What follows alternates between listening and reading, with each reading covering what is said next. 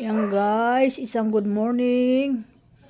Good morning ngayong umaga sa lahat ng mga busing ko sa social media. Good morning po sa inyo lahat. Nandito na ako ngayon sa bahay ko. Nandito na ako sa tindahan ko.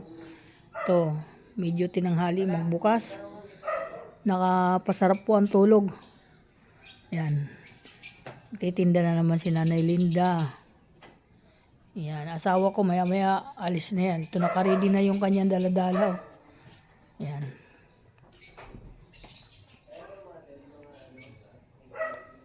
Naka-ready na nakandandala. O, tinan mo guys. O. Puno. Puno ang kanyang tricycle. Yan guys. Okay. Yan. Namiss ko ang tindahan ko. Wala pa ako 1 linggo.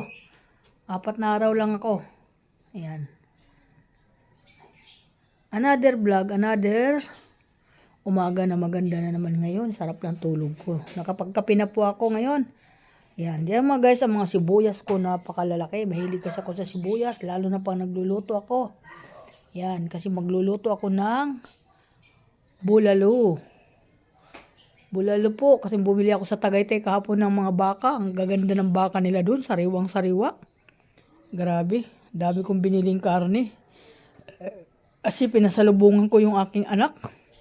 Si Venus, mahilig din yan sa mga beef stick, nilagang baka, yun. Dinalan ko siya para kahit anong oras siya magluto, pwede.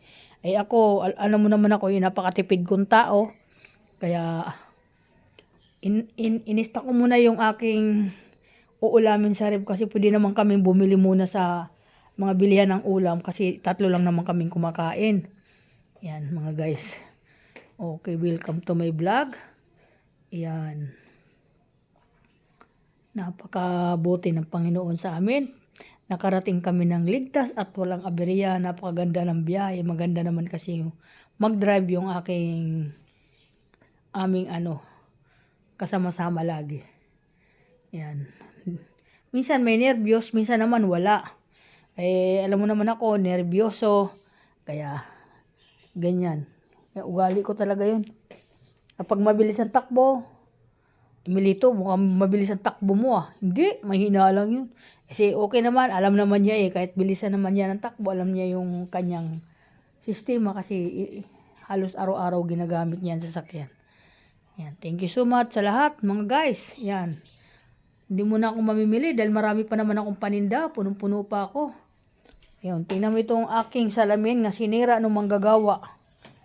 Itatapon ko na ito. Hindi naman ito mapapakinabangan O, ayan Hindi na ako maglalagay dyan ng mga biskwit dahil sinira niya. Ayan. Di pa nagpapakita sa akin. Pag nakita ko yon, tingnan mo. Tingnan mo anong sasabihin ko sa kanya. Sinira niya yung aking salamin, Wala. Sabi niya, babalikan daw niya. Hindi naman binalikan. Hanggang ngayon, nakahilata lang dyan yung salamin ko. Marami talaga ngayon guys, mga manlulokong tao. Kaya mahirap magtiwala talaga. Ako mahilig, tiwala talaga ako sa tao. Kaya akala ko hindi kami lulukuhin dahil nagbayad naman ako ng tama. Kung baka hindi pa nila nagagawa yung kanilang ginagawa dito, ay binabayaran ko na agad. Yan ang masama, kaya binayaran ko agad. Pero kung di ko agad binayaran yan, binalik-balikan dito yung kulang, ay nagawa niya yan ng maayos. Kaso ako kasi, ayaw ko kasi yung kasi siyempre pamilyado din yon.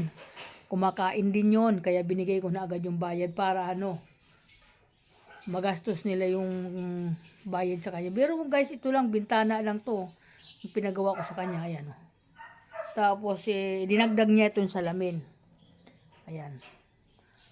5,000 yan, binayaran ko ng cash sa kanya. Diba guys? Ayan, okay lang yon. Bahala na sa kanya ang Panginoon. Ayan. Ano lang naman yan? Materialis lang naman, okay lang yan. Matagal na sa akin yan Pero ilang taon na yan sa akin.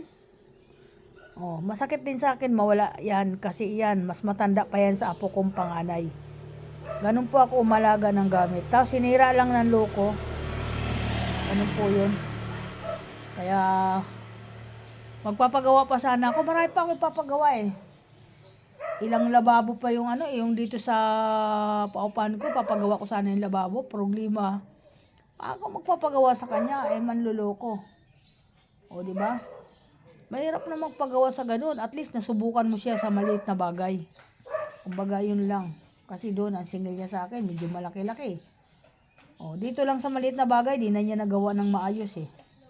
Kaya mahirap talaga. Lagi na lang ako nabubudol ng mga manggagawa. Yung isang gumagawa ng aircon, na barkada ng asawa ko. Hanggang ngayon, hindi ko na pakinabangan na yung aircon na yun dahil sinira din nung manggagawa na yun. Barkada pa ng anak ko yun ha, kumpare ng anak ko. Niloko pa kami. Wala tayo magagawa kung ganun talaga mga sistema ng mga isip nila. At mga ginagawa nila, hindi nila inaayos. Hindi ko alam kung marunong sila. Yung po yung ganun, hindi ko po alam kung marunong silang gumawa o habol lang nila magkapera. Ganun naman talaga ang mga gumagawa ng mga ganyan. Habol lang nila pera. Hindi nila iniisip yung may-ari, binibili nila yun ng mahal. Kaya nga pinagawa para maging maayos, hindi masira. Hindi na rin ako binalikan doon. Sabi, babalikan daw niya. Hindi na bumalik. Iyan ang masakit kasi kapag di na bumalik ang manggagawa na ganyan, manluloko yun. Sila, manluloko. Kaya hanggang ngayon, wala pa kapalit yung aking aircon. Yun nga nangyari, wala pang kapalit. Kaya okay.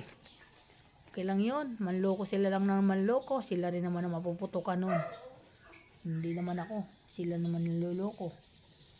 Kaya okay, welcome to my vlog. Good morning everyone. Maraming salamat sa lahat ng mga follower. Maraming salamat sa lahat ng mga sumisuporta kay Nanay Linda.